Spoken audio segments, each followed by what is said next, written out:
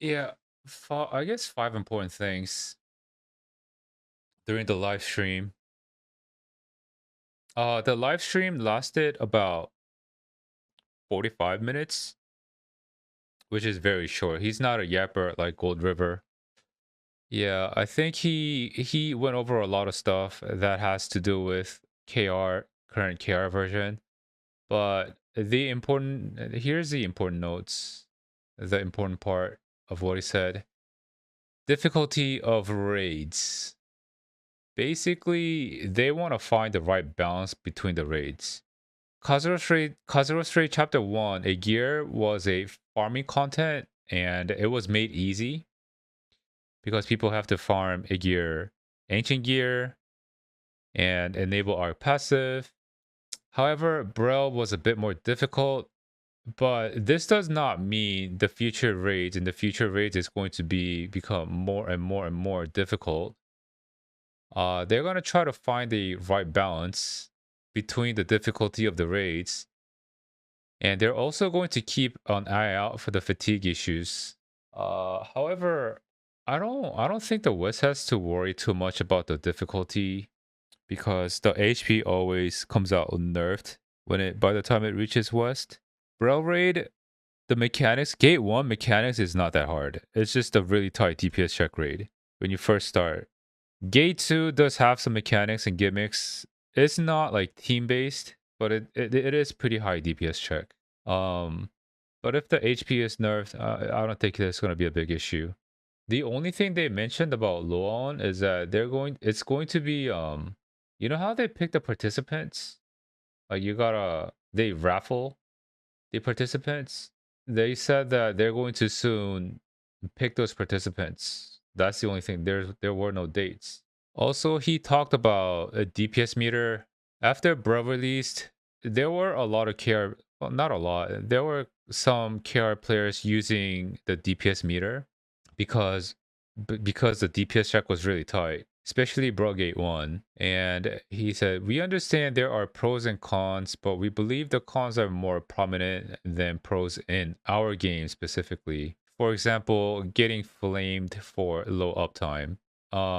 So they're not going to allow DPS meter now or even in the future. Yeah, he wants everyone to be, I don't know. The notion I got from what he was saying was he wants everyone to be involved. He doesn't want people getting flamed and like quit doing these raids. He thinks it'll be very toxic for the game. Make raids easy. That can be a solution. But he did say that when he was explaining about the difficulty of the raids, they want to make easy raids, but they also want to make some challenging raids. They don't want everything to be easy. Meter is a good thing to class balance. That's not class balance is not on us. That's for Smallgate to decide, no? And they probably have a DPS meter. It's not up to us for class balance. That's not our job. That's Smallgate's job. Oh, this is very important, by the way. I think this is one of the most important parts. They're going to make LOS 30 more easily obtainable. For new players, there's going to be more support. He didn't give out any details, but I think there's going to be more events to give more cards. Also, they're going to add more cards in the daily and weekly activities, so you don't have to do extra activity like doing the card runs on the lower raids to obtain these cards, which I think is a very good thing, finally.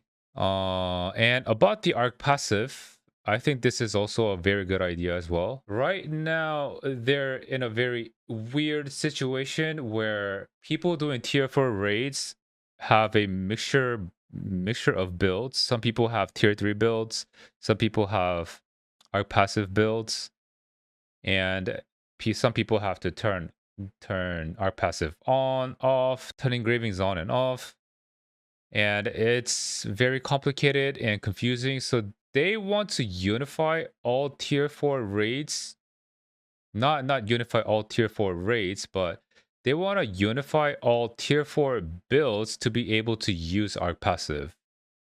And they're going to get this ready by winter update. No details yet, but from my speculation, I'm guessing all 1640s will be able to start using arc passives. How would they do that though? The relic? Yeah, more points on relic for evolution points. That could work. Yeah, front load points. Yeah, I think this is a huge plus. Huge plus. And also, he mentioned a little bit about the new class. They're not going to announce it until Winter Lawn.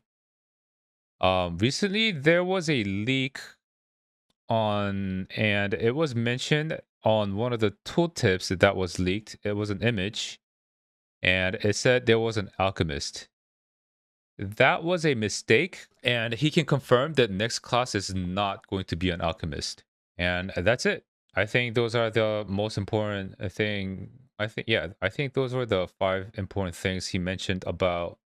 He talked about during this live stream. Didn't he say the name wasn't right? No, he just said it's not going to be an alchemist. That's what he said.